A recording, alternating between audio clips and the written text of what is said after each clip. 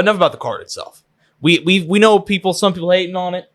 We're both pretty big fans of it. I think it's not the name power you would want for an event of this magnitude, but it's the fights. It's the fights, and I fucking love fights. I love good fights. That's what it comes down to. We're DTF here, man. Yeah, we're down to fight. And in the main event, Yuta's also down to fight Sean O'Malley. The Sugar Show is back in Las Vegas, taking on Merab Dvalishvili, the teammate of the man whom he won the belt from over a year ago. Obviously, the Machine out of Georgia, I believe, Georgian, riding a 10-fight win streak. Last defeated Henry Cejudo in March, dominated Triple C. He's waited a long time for this title shot.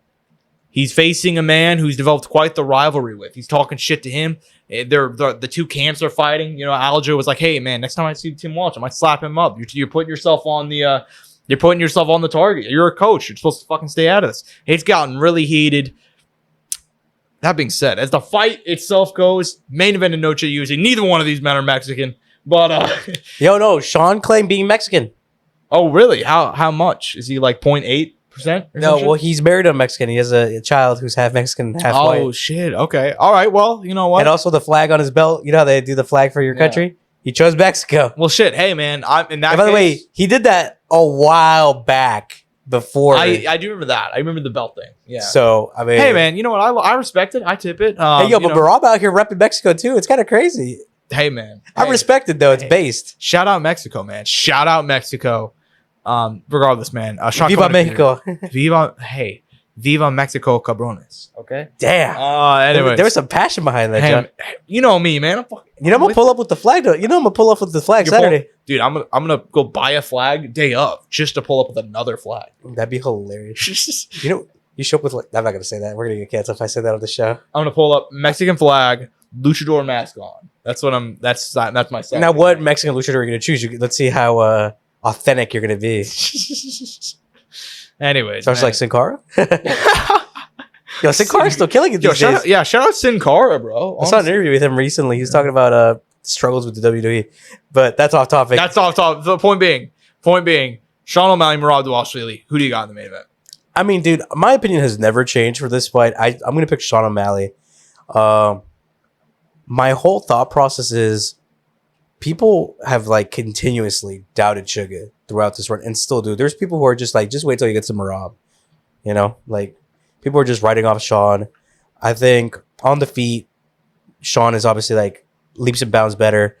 I think the scariest position for Sean is probably being on his back in this fight. Mm-hmm. I saw someone say maybe Chad Mendes-y, Conor McGregor-esque, little glimpses of that kind of it. For Merab, I mean, we've seen him get tagged several times. Many times. And not even the most technical of setups and strikes, just in crazy exchanges he's been tagged. It hurt pretty bad. Gets wild. I almost wonder what would happen in a fight. What's going to happen with Sean in there? Guy who's a sniper, a guy who, is pinpoint accurate, precisions everything and moves quick. I'm also curious to see Merab's able to catch. I'm sure he will. I'm sure this fight will end up at the ground at some point in Sugar's ground games to get tested. And I think he's going to surprise some people. I think he's a good grappler. I think he's a good jiu-jitsu guy. Wrestler, good enough, Mm-hmm. Merab, not much of a submission guy, but he will take you down and will try to ground and pound you. I think his best position is on top, not on the back like Aljo. Mm-hmm. So, I think if he had if he gets to the back, there's going to always be danger there anyways. Yeah.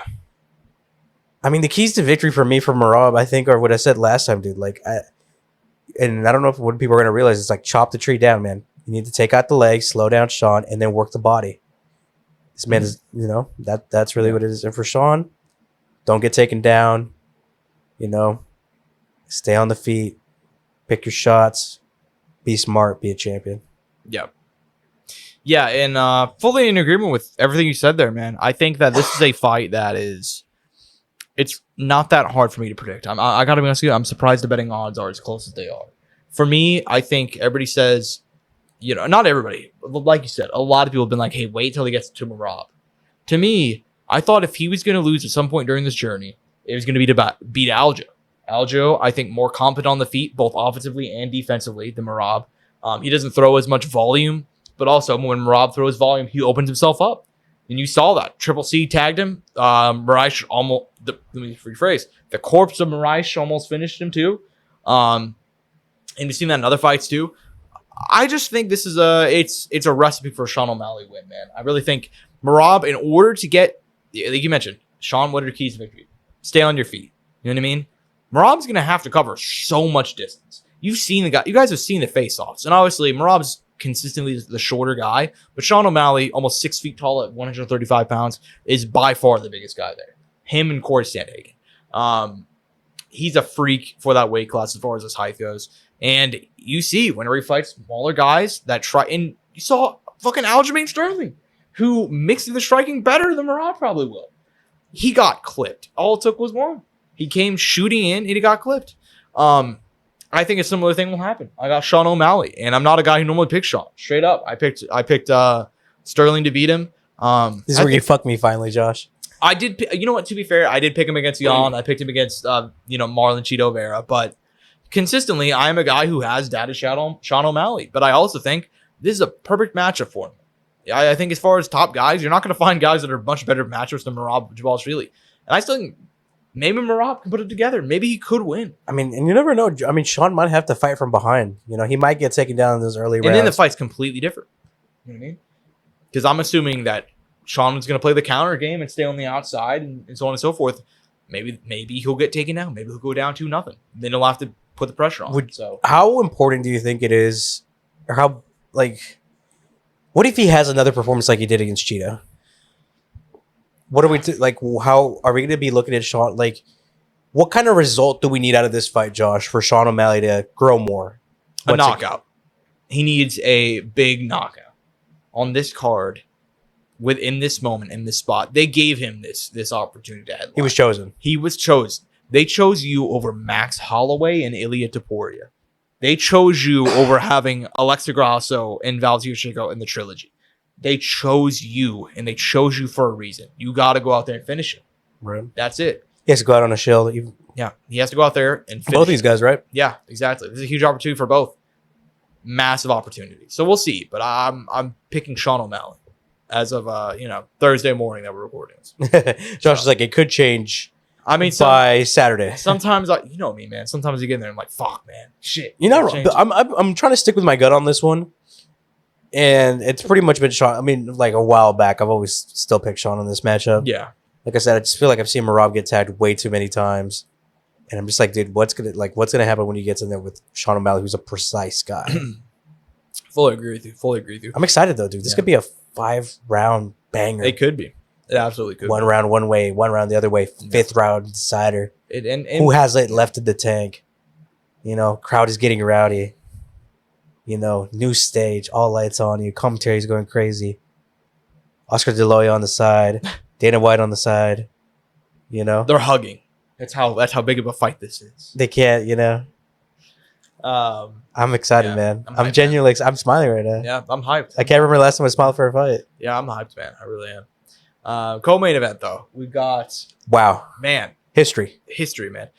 Alexa Grasso, the only defending Mexican champion, granted, the only Mexican champion at this point.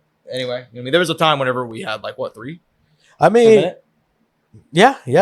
But, technically, right? Brandon Moreno and Yair interim. Moreno and Yair's interim. What a fucking dude! The fucking just the fact that they just didn't make that card from 20 to 22 to 2023. You know what I mean? Where they were all killing it.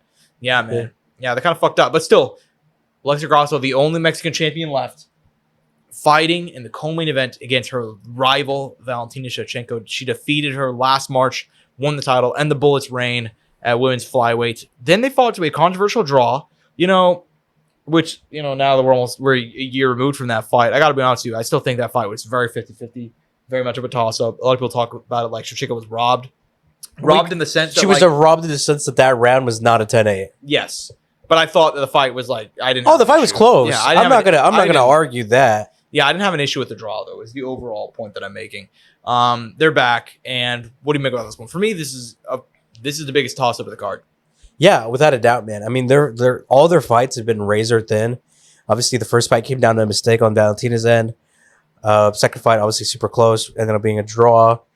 Bullshit draw. But nevertheless, it's just kind of like these guys know each other super fucking well now. I mean, how much is going to really change, you know? I'm assuming these guys are going to come in with the same kind of game plan. I'm assuming that he's going to try to take this fight down to the ground. Because I think physically, Shev is stronger and can pretty much like take her where she wants at. Yeah. If she, proper technique and everything. And man, Grasso on the feet, dude. Wow. Who would have thought, right? Like her boxing has just been that fucking good. Yeah. Credit where credit's fucking due. She has one of the most fascinating career growth that I've seen ever in this sport. I do not know who I could fucking compare it to. I mean, can you think of any other fighter ever in the UFC who's kind of had this kind of similar journey to her and kind of growth? No, mainly because of how accelerated it was. I remember back in the day, she got signed out of Invicta. And everybody was like, okay. And don't get it twisted. She still has troubles on the ground. Not as much as they were. No. Because in the past, I mean, there was quite literally times she'd be on her back looking up at the ref, with a closed guard, hoping that she'd get stood up. Yeah. And she's improved leaps and bounds to the point to where she submitted Shevchenko in the first fight. You know what I mean? So, capitalized on a mistake. Yeah. But I remember, like, when she came to the UFC, I remember at the time, everybody was like, okay, this is the girl. This is the woman that is going to grow Mexican MMA. Her and Irene Aldana, both. Correct. But particularly Alexa Grasso at the time. Part of it because, her look and all so on and so forth. But and the weight class, right? Exactly. But it took time. She came in, and I have it pulled up here, lost 3 of her first 5. Now, granted, Felice Herring, longtime vet, Tatiana Suarez, future champ, and Carlos Esparza, a former and future champ at that time. So, I say Tatiana Suarez, future champ. She hasn't won the belt yet, but come on. Point being, man, she struggled. She drops down to flyweight in 2020. And since then, she is undefeated. And even when you're heading into that first fight with Shevchenko, I'm like, damn, man, like, she's looked really good. But none of her wins stood out as being like, okay, she is future champ material. Okay, she's going to live up to the hype that she had years ago. And then it took one fight, that Shevchenko win. And in the rematch, a lot of people were like, man, she lost the first 2-3 rounds. She's going to get worked here. Instead, razor close fight. Kept her belt. She's had insane career growth. Like you said, the boxing, everything's worked together very, very well. She's much younger than Shevchenko. She's 31, just turned 31. She's 35, 36, I believe. 36. And we know her story here. Even before she lost to Shevchenko, she's struggling against Talia Santos. She's had struggles in the past. Do you think Alexa Grasso leaves the cage and still on Saturday night? Man, I hate to switch it up, man. But I think she does. I think she fucking does. Oh, okay. I thought you were going to go Shevchenko. I feel Grasso's comfortable in this matchup now. I mean, Shev has a path to win. I mean, she could win this, man, and I could be completely wrong. I could have turned my back at the worst time. She could come in here and fucking head kick Grasso's head off and fucking give us a Jessica-like head knockout. By the way, how'd you feel about her comments about that? She said, I'm not leaving it up to the judges this time. I believe her. I mean, and dude, look, I'm not trying to be that guy. There's not many women in the UFC that I would take that comment seriously out of. Yeah. She's probably like number 1 on that list. I mean, no offense to the women, but they don't finish fights as often for a reason. I've been very conflicted on this fight. I did not know who I was going to pick walking into the studio. Have you today. consistently picked Grasso on this, or have you? I picked first fight Shevchenko, second fight Grasso. Okay. Third fight. I'm going the bullet, man. Yo, you switching it up I'm switching it up. Dude, I swear, dude, if I get cucked after riding Shev for 2 fights, I'm switching it up, man. I don't know what it is. It's a feeling in the air. That's the only reason. I was Shev for quite a while, and then I ended up with Grasso kind of near the end now. Yeah. And I mean, I'm going to come to terms with it, whatever the result is, however it happens, it happens. But at the same time, I'm kind of seeing like, dude, the stage is set up. Everything's in the right place for her. It's looking like it's her moment to capitalize on it. And it's that's partially the reason why I'm kind of I'm a little bit hesitant, man. It feels like there's so much pressure on Alexa Grasso here. It really does. Mexican independence. She's dealing with it well, though. She is dealing with it well. But thinking back to the first fight, she was calm. Yeah. She was confident. Well, and let me be clear here. This is entirely a gut feeling. And based on the 8 rounds that they've had together, 9 rounds, they're like You know what I mean? Like, they're like 4-4. Like, it's a super close You rivalry. ain't even lying there, right? So, at this point, it's a gut feeling, but I think Valentina Shevchenko, I just got to feel it. The way she's talked about this fight, She's got like it's almost like Izzy Poetan too. Yeah, it gives you that feeling. Like, she's pissed off and she's ready to make a statement. I think she will on Saturday night. I think it's going to be a close fight. I think Shevchenko's going to get the win, though. I could see it. Yeah. I could see it. This fight's also going to be close. Brian Ortega, Diego Lopez. These guys are supposed to fight back in July. Got canceled. Now they're fighting here. Brian Ortega, like you said, both these guys, not from Mexico per se, but both ties to Mexico. Brian Ortega, Mexican-American. And obviously Diego Lopez, Brazilian, but lives in Mexico, I believe. Yeah. Or live in Brian Mexico. Ortega, Chicano. Yeah, there you go. So, banger of a fight, though, man. T-City, I've always felt like, for a long time now, and I feel like we might have gotten it. He's always had one big fight left in it. One big performance left in it. Shit, Yair? That's what I was saying. But does he have one more after that? Can he work his way into a title shot by beating the Phenom, the guy that's been rising up the ranks, in Diego Lopez?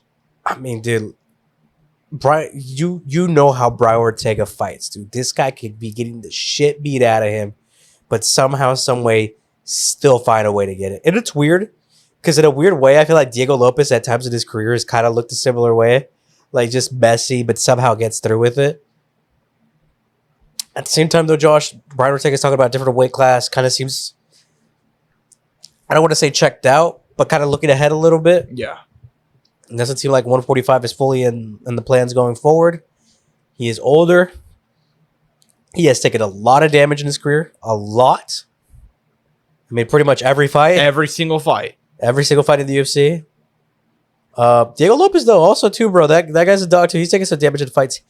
He was a guy that, and I've said it on the show publicly, like, he broke my heart when he fought at the Contender, when he lost that fight to Joe Anderson Brito. Yeah. Because I was like, this fucking guy, whenever he goes to UFC, he's gonna do some shit. Yeah. And then he just let me down hard. And granted, who knows what it was and what could have been going on at the time. And granted, it could have just been a matchup thing, right? Joe Anderson Brito might have just had his number. Yeah.